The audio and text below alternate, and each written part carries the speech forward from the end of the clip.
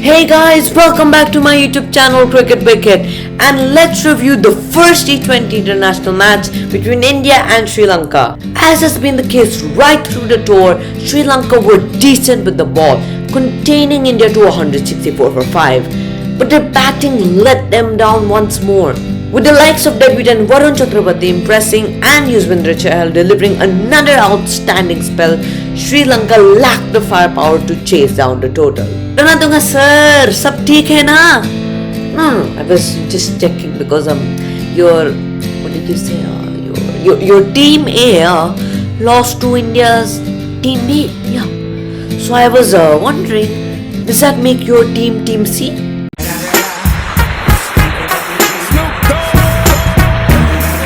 Building up to the T20 World Cup, there were many questions for India to answer. Which spinners to pick, which left arm pacer to pick, how to fit me into the squad, and even could Shikhar Dhawan cement his place in the T20 World Cup, because there's a lot of competition for that spot, be it from Ishan Kishan, Prithvi Shaw or me. The pitch had a bit more grass than the previous pitches and both teams wanted to bowl first. The idea was that the pitch will play better in the second innings because of the impact of the dew. Unfortunately, we did not see that high slap from Shikhar Dhawan as Sri Lanka won the toss and chose to bowl first. India had 6 changes with 2 debutants in Prithvi Shaw and Varun Chakravarti. Varun Chakravarti has been part of India's white ball squad 2 times before but has missed out due to injury and fitness issues. Paula Bala has never gotten any fitness issues, right? The average first inning score for the last 10 T20s in Colombo was 164. And what a way to start for Sri Lanka than by getting a wicket on the very first ball of the innings with a really good outswinger from Jumeirah. And very early on you could see there was a lot of swing. They still managed to get boundaries. But Shikhar Dhawan continued to have the same problem, his strike rate. Yes, he made 46 runs, but if his strike rate doesn't improve quickly, I might make it to the T20 World Cup squad soon. Sanju Samson on the other end played a handy innings, but he would be disappointed he didn't get a bigger score. Suryakumar Yadav, already one of the best batsmen in the ODI series, did a match-defining innings by getting the only 50 in the first T20. He played like he always has played, yet he's just brilliant to watch. One tactic Sri Lanka used were the slower balls. They bowled plenty of slower balls and India struggled to put away those balls.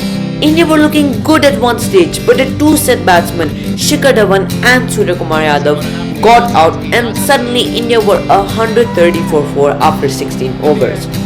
And what we saw was that the new batsmen struggled to get going because the pitch was very slow and they took time to get used to the pace of the wicket. Hardik Pandya once again struggled to time the ball and didn't even get one boundary.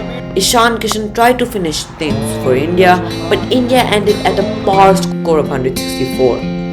However, 164 on that slow pitch, and mind you, there was not much dew, so India at that time would be confident of defending that score. For Sri Lanka, Jumeirah and Hasaranga bowled well, getting 2 apiece. India needed quick wickets up front and they didn't have the best of starts.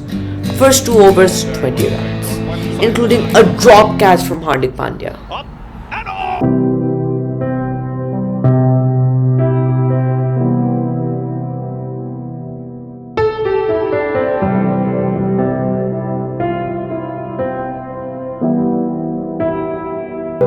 But that changed when a gamble from Shikhar Dhawan of introducing Krunal Pandya paid off as it resulted in a wicket. But Sri Lanka still managed to get runs. So when the Chacha spinners came, they controlled the runs and Chahal picked up a wicket on his second ball. He actually had an earpiece, on which I was giving him tips to bowl. I told him to bowl, what's that called? This ball, and then this ball and this ball. Yeah. So what you could see in the first 5 overs, Sri Lanka were in control because India were using pacers. Next 5 overs, spin on, you could see Sri Lanka were struggling. Here you can see the inning progression comparison and you can see where Sri Lanka lost their way.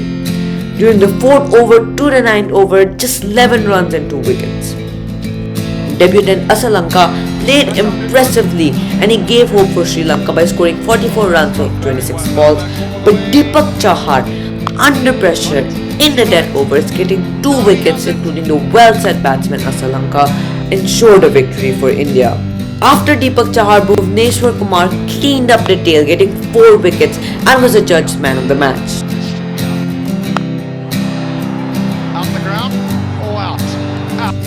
For the bowling, India would be very pleased with themselves, with Chahal returning back in form, conceding an economical 19 runs in his 4 overs. For Sri Lanka, they would be disappointed in themselves. Except Asalanka, no one showed the capability to win the match for them. Talking about the last video's question, when India had 5 debutants before the third ODI, well, it was back in 1980 against Australia at the MCG. Dilip Doshi, Kirti Asad, Roger Binney, Sandeep Patil and Thirumalai made their debuts. So before we leave, here's today's question for you guys. Before today's match, Jasprit Bumrah was the highest wicket taker for India in T20 international matches played outside India. But yesterday, somebody surpassed him. Who was it? Comment down below if you know the answer. Till then, please don't forget to like, share and subscribe to my channel if you haven't. We meet after 2 days. Tata and adios.